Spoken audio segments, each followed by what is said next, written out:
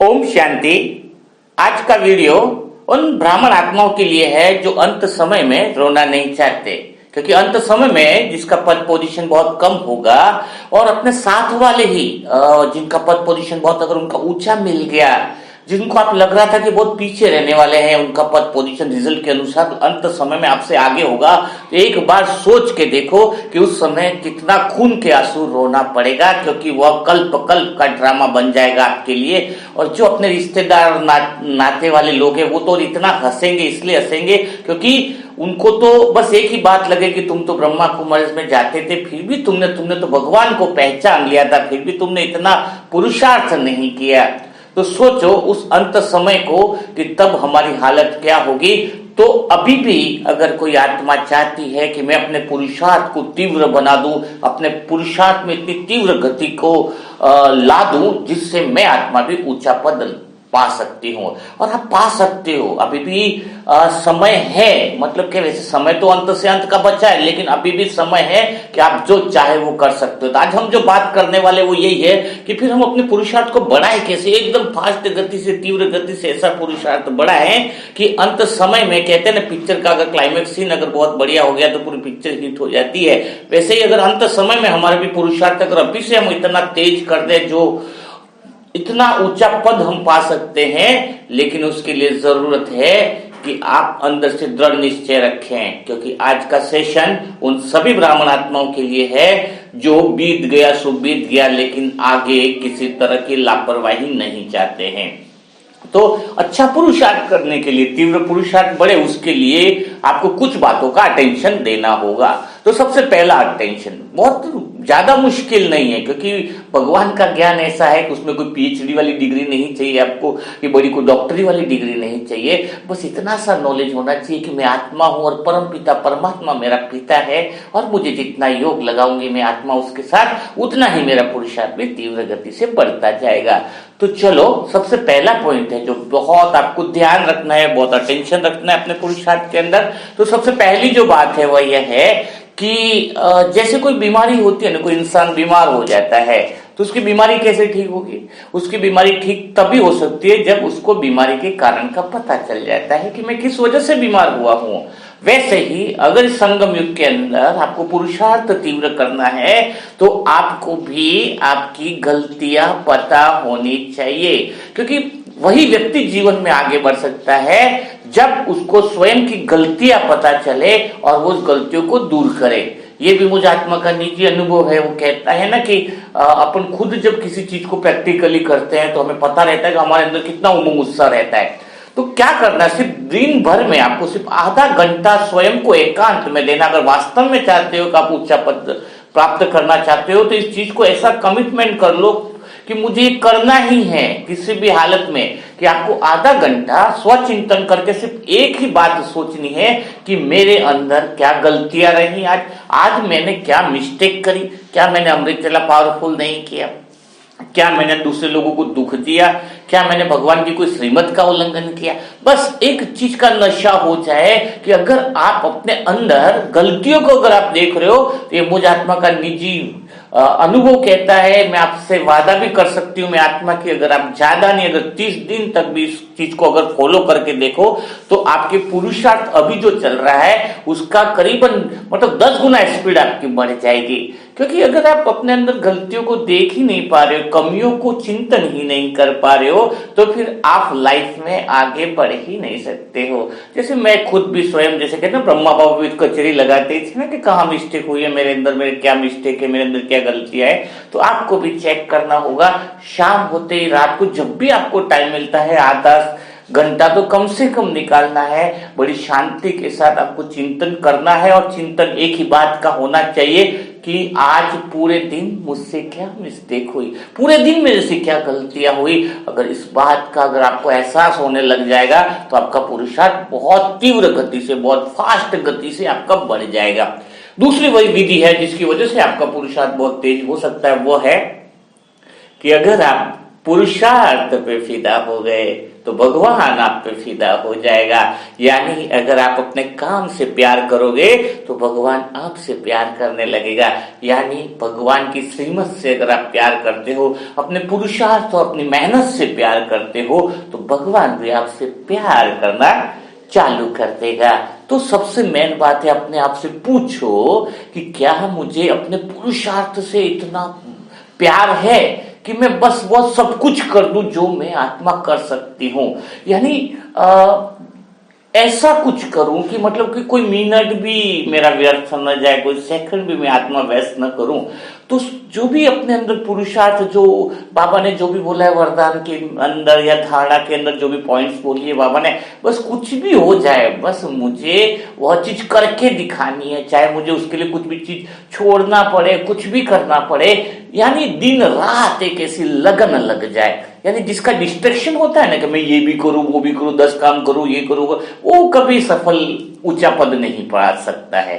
जो एक काम के अंदर पूरी एकाग्रता के साथ, पूरी शिद्दत के साथ बस दिन रात उसके अंदर यही चलता रहे कि मुझे ऊंचा पद प्राप्त करना है, मुझे करके दिखाना है, मुझे चाहिए, है ना। तो जब उसको, चाहे इंसान कहता है ना, कोई इंसान चाहे कैसा भी होगा, वो सोच ले ना मुझे ये करना, लेकिन दिन रात उसका ही चिंतन चलता रहे।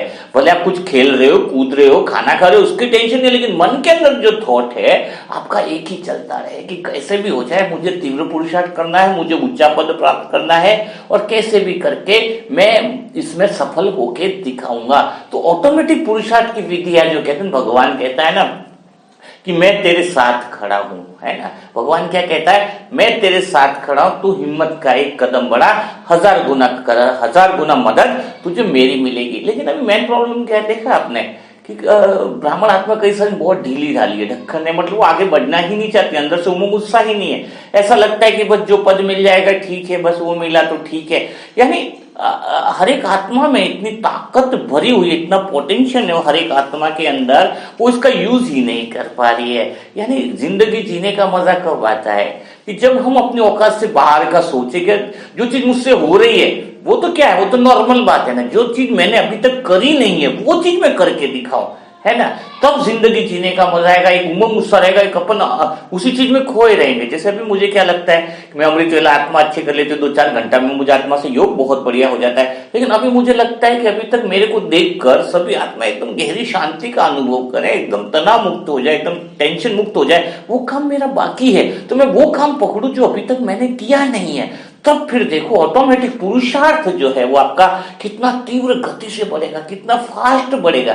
जब आप अपनी औकात से बाहर का कुछ सोचते हो, कुछ एक्स्ट्रा सोचते हो, तब जाके आपके अंदर का पोटेंशियल निकलेगा। वरना तो नॉर्मल लाइफ हो गई ना, जो दिन भर खा रहे, पी रहे, सो रहे, और बस कुछ लाइफ में चेंजेस नहीं है, कुछ परिवर्तन तभी होगा। जैसे कि आपको दोनों चीजें बताई, पहली चीज तो बताई कि अपनी गलतियों को देखना आधा घंटा हर दिन पर डे, और दूसरी चीज मैंने आपको कौन सी बताई कि बस अपने पुरुषार्थ पे फिदा हो जाओ, अपने काम से इतना प्यार कर लो कि भगवान भी आपसे क्या करने लग जाए, प्यार करने लग जाए कि वास्तव में मैं आत्मा इस चीज के लायक हूं, इस काम के लिए मैं लायक हूं।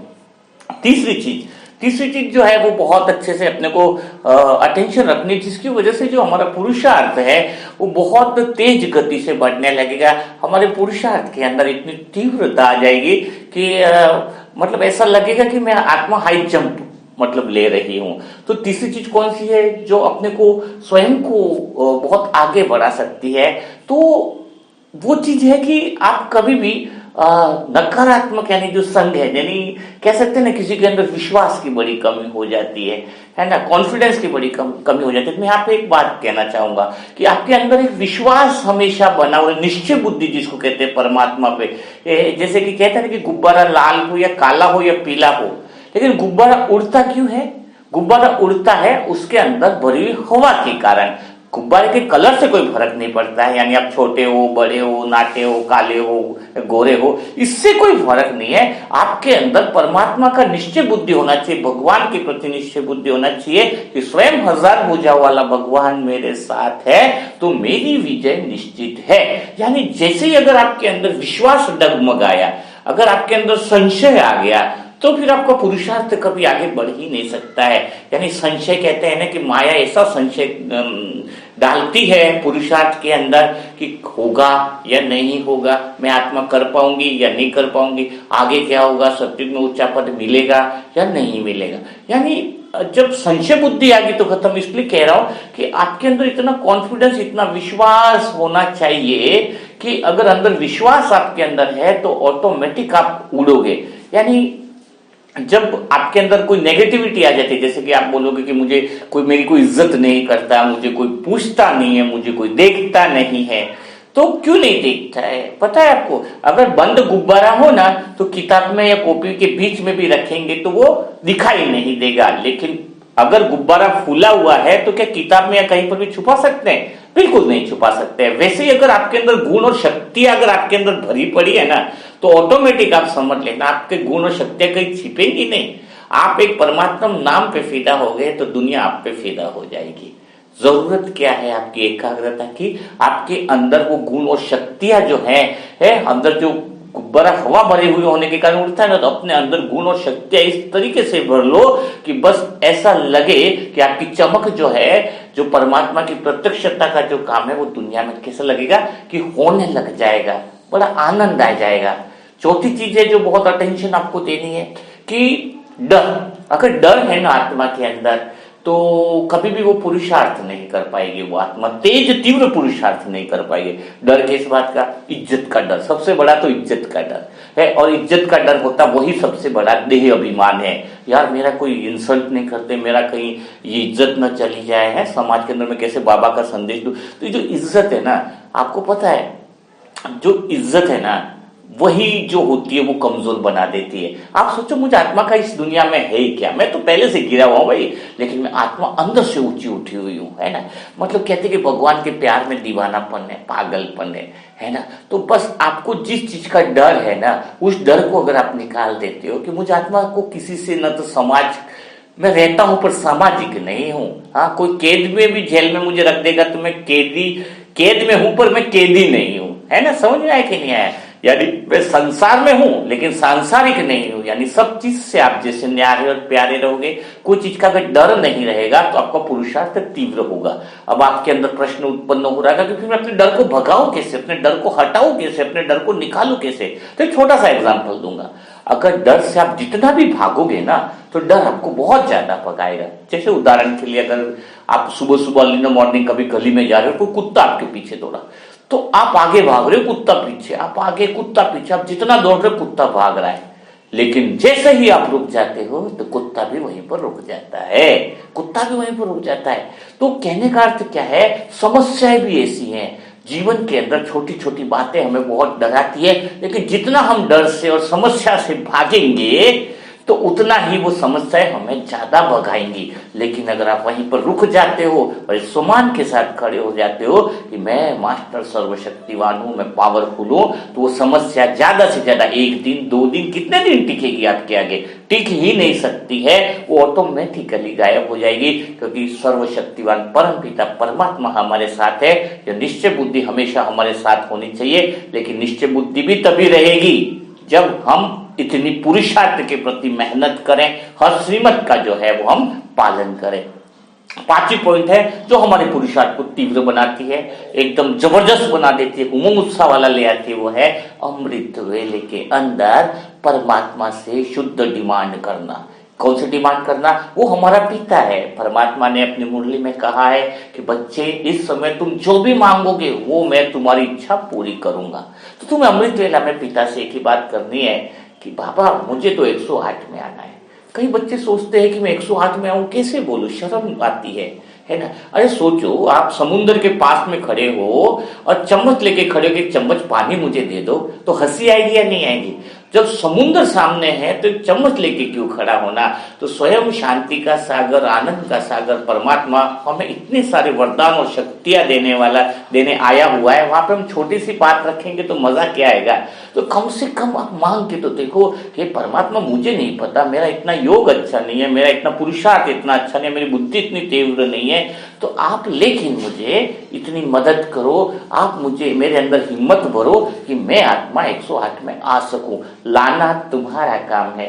कहते हैं ना कि कोई छोटा बच्चा भी अगर अपने पिता से जबरदस्ती करता है कि मुझे साइकिल चाहिए, तो ज्यादा जिद के बाद पापा क्या करते हैं, उसको साइकिल दिला ही देते, चाहे उनको कुछ भी अरेंजमेंट करना पड़े।